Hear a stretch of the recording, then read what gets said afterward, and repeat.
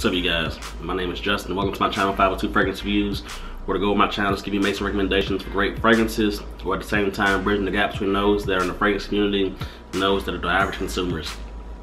And I know I'm recording this now and put it out today. I kind of had a really busy week, so I was only able to put out 2 videos this week, but I'll be putting out much more next week. It'll be more of a easy schedule. Yeah, I'm at a different location today. Really busy. So it's another week, which means it's time for another episode of Spotlight Fragrance of the Week.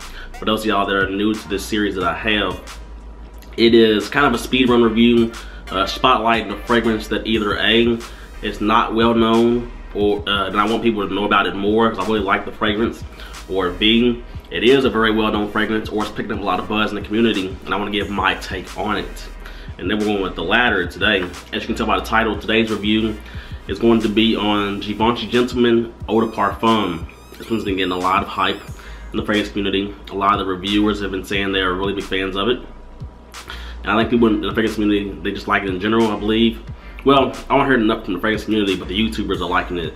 So of course, if the YouTubers gonna like it, everyone's going to check it out. Which I understand. So, before I hop into this review of Givenchy Gentleman Eau De Parfum, if you haven't already, please subscribe to my channel because I got a lot of great content planned for you guys today. I have, like I said, I'm keeping on mentioning this every video now because I see other YouTubers do it too.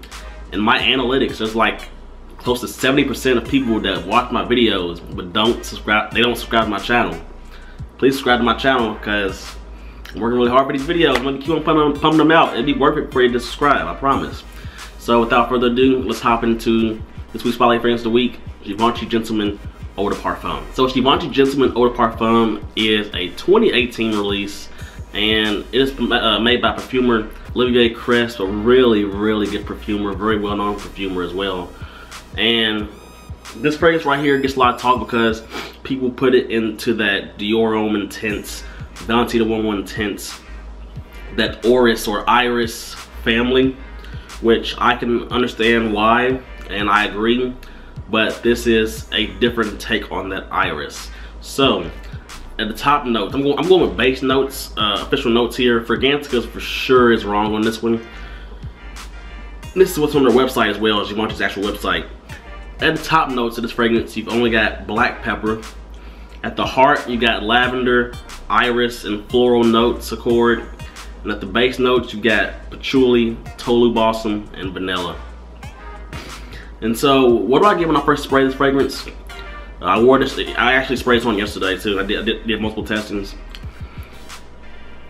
When you first spray this, the spices hit you right away, and because you're getting met with spices, to some people, it's not gonna be like everybody, but to a good amount of people are not gonna like the opening. They're gonna find it off-putting because the spices is at you right from the get-go, mainly from the black pepper with the tolu balsam kind of behind it for giving them a more of a spicy feel. To me, a person that's more so used to fragrances or just in the fragrance community will appreciate the opening of this fragrance more than an average consumer. Most average consumers get really turned up. They like citruses and stuff like that, the freshness and stuff in the top notes.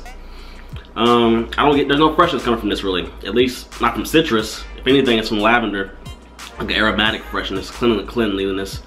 The black pepper, right from the get-go, when you spray it on your skin, I know there's texture, but when I spray it on my skin, it does pop off my skin. This is the whole full body of the fragrance from the beginning, like for the first 5 minutes. I'm not saying it's sparkling, but the pepper, it's definitely like kind of pushing out on your skin, but in a, like a, what's the word to put this? Like a, I guess sparkling would be the word. Like, it's weird, like it's not citrus. This is the first fragrance I've ever sprayed on me where a spice is coming off my skin that way, like really like kind of like out there, but it's not like heavy, it's like kind of zingy. And I smell lavender as well immediately with the black pepper. As a matter of fact, I smell lavender, or at least on my skin, lavender stays for a long time throughout this fragrance because it's in the heart, of course. I think in the opening, the main things that I get is black pepper, like you're supposed to, some top notes. I get lavender, and I get tolu balsam in the opening, maybe like for the first 10 minutes. I know there's iris or orris in here, but I don't, me personally, I kind of get it a little bit, but right away, it's not like super lipsticky or like powdery like Valentino Woman Intense or Dior Homme Intense. It's not super powdery right away. And I would say after about 10 minutes goes, the black pepper kind of immediately starts to settle down to me. It kind of goes away quickly after that. And the orris does start to come out more. And that powdery feel comes off in this fragrance. But to me, this fragrance does not come off lipsticky at all like Dior Homme Intense or Valentino Woman Intense does. I think because of the other supporting notes in here, it doesn't take it in that lipsticky direction. It takes it in a more different direction, but it's still in that iris or orris family. The Tolu Balsam in here, because this is all about, to me, this is all about the Tolu Balsam, not the orris. The orris is like another key note, sure, but it's like supporting. The Tolu Balsam stays throughout the life of the fragrance, all the way through to the dry down. I would say the dry down is going to be the more enjoyable part of this fragrance. I don't think many people's going to like the opening, or not as many people. I think more people appreciate the dry down. In the mid dry down, I would say this: the combination of orris and lavender with Tolu Balsam is nice. It's getting even like nicer, and like as it goes through the progression of notes. I would say I like the type of freshness that I get, because I get a freshness from it, and I know it's got to be from the lavender. In addition with that powdery orris, I think it's very pleasant. You do have an underlying sweetness because the vanilla starts to come out more and more as it progresses. The vanilla to me comes out more and more to my nose. To some of y'all it might be right there right away, but to my nose the vanilla comes out more and more as it dries down. And also, I like really underneath all this, I get an earthiness from patchouli. The patchouli I definitely pick up, but it's underneath all of what I just told you, all the way to the end. I would say, like I said, the dry down, like the far dry down hours later, to me is the most enjoyable part of this fragrance. It gets more warm and cozy on account of the vanilla and Tolu Balsam, especially the vanilla. The vanilla is really nice here. The dry down is very nice. I would say when it comes to longevity, I've done testings of this and I've gotten 8 hours each time. When it comes to occasions, to me, this is more of a fall and winter type fragrance. However, if you do want to wear this in the springtime, I do think you can, maybe in the cooler spring days. I wouldn't wear it in the spring or summer, well, hotter spring days or summer, so to say, especially not in the daytime. I would say occasion-wise, I think this can be worn casually. I think this can be worn dressed up or formally. I think this can be worn to work. This, I wouldn't wear it personally on a night out or clubbing scenario. There's other ones that's better to me, that's more out there and like more, I guess, more party going type. In date night, this has got potential because of the dry down. I think, fellas, if you're going to be wearing this maybe on a first date or second date or third date, someone that you haven't even been with but you're kind of going that direction, I would not wear this on those first few dates. I think this can be, I do think this has potential to be off-putting to some people. At least that's my own opinion. I know not many other YouTubers think that, but I definitely think that's the case. And I would say calming factor, I would say the calming factor to potential on this is good, but I don't think it's as good as Dior Homme Intense or Valentino Woman Intense. I think it's got solid calming factor, like I just said, not as good as these two. And I would say, all in all, towards the end, I think that Givenchy just Eau De Parfum is a nice fragrance. I do think it's getting too much hype in the fragrance community though.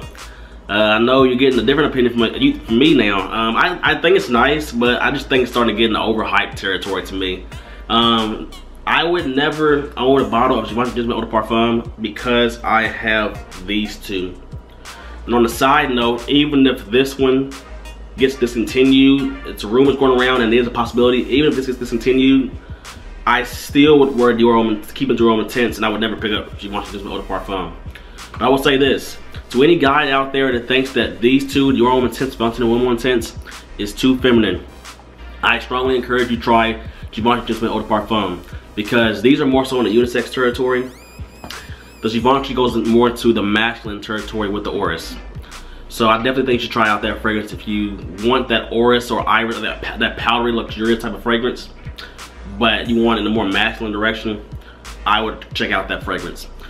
But in the end, I don't like it more than these other two. I won't ever own it. I do like it, but I think it's overhyped personally. So that's all I got for you guys today. Let me know in the comment section below, what do you guys think of a Givenchy Gentleman Eau De Parfum?